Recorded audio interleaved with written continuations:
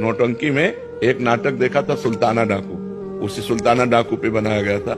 सुल्ताना डाकू था, बहुत बड़ा डाकू था। उसको जब फांसी की सजा मिली, अंग्रेजों का राज्य था, तो उनसे पूछा गया तुम्हारी अंतिम इच्छा क्या है? तो उन्होंने कहा हमें माँ के गले लगना है। तो उनकी माँ बुलाई गई, वो रोती हुई आई, जब गले लगी तो दांत से मुंह में नाक काट ली उसने ऐसे। तो पूछा कि क्यों, ऐसा क्यों किया? तो बोले जब मैं कक्षा 1 में था एक कलम चुरा के लाया था, तो माँ ने कहा था स्याहबाज बच्चा लिखने के काम में आएगी। तो मैंने समझा अच्छा है, आज मैं सुल्ताना डाकू बनाऊं तो इस माँ के कारण बनाऊं। अगर ये पहली कलम में हमें थप्पड़ जमा देती तो आज मैं फांसी में न चढ़ता, मैं आज गलत कार्य में न जाता।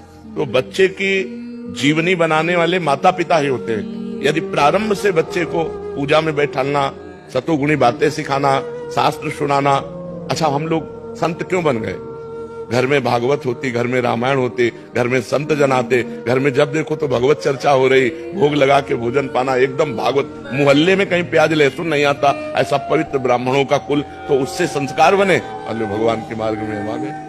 तो अगर संस्कार सही ना हो तो फिर जवानी में संभालना कठिन होता। जवानी में तो उन्माद अवस्था होती, फिर नहीं संभाला जा सकता।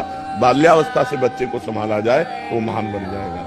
और संभालना तो गर्भ अवस्था से ही होता है। सबसे राधे राधे करो, चलो बैठो 10 मिनट राधा राधा बोलो, तुम्हें अभी टॉफी लाएंगे, तुम्हें अभी बाल। उसको छोटे बच्चे को राधा राधा राधा, वही बच्चा जाकर आगे भविष्य में जवान में भक्त बनेगा। नहीं तो आज के जो बच्चे थप्पड़ मारते हैं अपने माता पिता को, अपने माता पिता को घर से निकाल देते हैं, ज्यादा करे तो काट के फेंक देते हैं। आतंक भर गया है दिमाग में दुष्टता भर गई है, क्योंकि आधुनिक पढ़ाई और आधुनिक सफलता देख देख करके वो मतलब उनकी जो बुद्धि है वो भ्रष्ट हो गई, अध्यात्म से भ्रष्ट हो गई। बहुत पुराने समय में गांव में नौटंकी होती है ना, जब बच्चा गर्भ में हो ब्रह्मचर्य से रहे, खान पान सही रखे और भगवान की चर्चा सुने तो संस्कार उस पर पड़ते हैं। जब कयाधु प्रहलाद जी की माँ गर्भवती थी, प्रहलाद जी गर्भ में थे, तो देवराजेंद्र बंदी बनाकर ले जा रहे थे।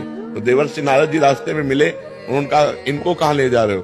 बोले हिरण्यकश्यप का वीर है, ये दैत्य है, महान भयानक होगा, ये जब पैदा होगा तो इसे मार देंगे। तो उनका नहीं, गर्भ हत्या या बालक शिशु की हत्या ये ठीक नहीं, छोड़ो तुम इसे।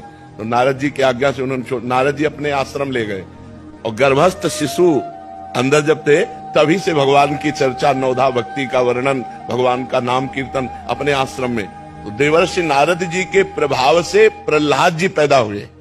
गर्भस्थ शिशु पर प्रभाव पड़ता है, जैसे चक्रव्यूह की रचना गर्भस्थ शिशु अभिमन्यु पर प्रभाव पड़ा। माँ 7वें द्वार भेदन में सो गई, तो इसलिए वो 7वां भेदन करना नहीं जाने, नहीं 6 चक्रव्यूह को तोड़ना वो जान गए थे, गर्भ में ही जान गए थे। जब बालक गर्भ में हो तो ब्रह्मचर्य रहना चाहिए, खान पान शुद्ध रखना चाहिए, भागवतिक वातावरण रखना चाहिए, और जब बच्चा हो जाए तो जब तक जवान ना हो तब तक उसे अच्छे आचरणों की शिक्षा देनी चाहिए, पूजा में बैठाना चाहिए, तो एक सतोगुणी आदमी बनेगा। अब बचपन से माता पिता बालकें बुलावें, उदर भरे सोई जतन सिखावें। अच्छा, बच्चे देख रहे हैं हमारे माता पिता क्या आचरण कर रहे हैं। अब आप नशा कर रहे हो, आप गंदी बातें कर रहे हो, हंसी मजाक कर रहे हो, गाली दे रहे हो, तो वही संस्कार तुम्हारे बच्चों में पड़ रहे हैं। तो हम स्वयं सुधरे, माता पिता स्वयं सुधरे, ये सावधानी रखें कि बच्चों की दृष्टि में उनकी किसी भी तरह की हरकत ना आने पावे। और वार्ता में अब माता पिता लड़ रहे हैं, गाली दे रहे हैं, बच्चा छोटा सा देख रहा है, वही संस्कार उसके अंदर पड़ रहे हैं। माता पिता गलत आचरणों से युक्त हैं तो बच्चों में वही संस्कार गंदे पड़ रहे हैं। तो बहुत सावधानी पूर्वक गृहस्थी धर्म में यदि चले तो ये बहुत बड़ा धर्म है। अपने बच्चे को एक समाज का सेवा करने वाला बनाए, भगवान का भक्त बनाए, तो जन्म होना बच्चे का ठीक हुआ। नहीं तो देखो ना अब कैसे कैसे बच्चे पैदा हो रहे हैं कि बड़े बूढ़े माताओं बहनों के साथ कैसा व्यवहार कर रहे हैं कि तुम जवान हो, गिरे को उठाना चाहिए कि गिराना चाहिए। कोई माँ बहन जंजीर पहने ऐसे नजदीक मोटरसाइकिल ले मारा ऐसे, वो हाथों घसीलती चली जाए। अब कहाँ लगा, कहाँ कष्ट हुआ, अब इतना निर्दयी हो गया है, और उतने में उसकी जान पर खेल गए। तो ये जवान लोग जो है जो गलत रास्ते अपना रहे हैं, उसका कारण है उनको बचपन से आध्यात्मिक की शिक्षा नहीं मिली। नहीं, देखो रामायण में देखो, प्रातः काल उठ के रघुनाथा, माता पिता गुरु नामय माथा। स्वयं भगवान राम प्रातः काल उठ करके माता पिता और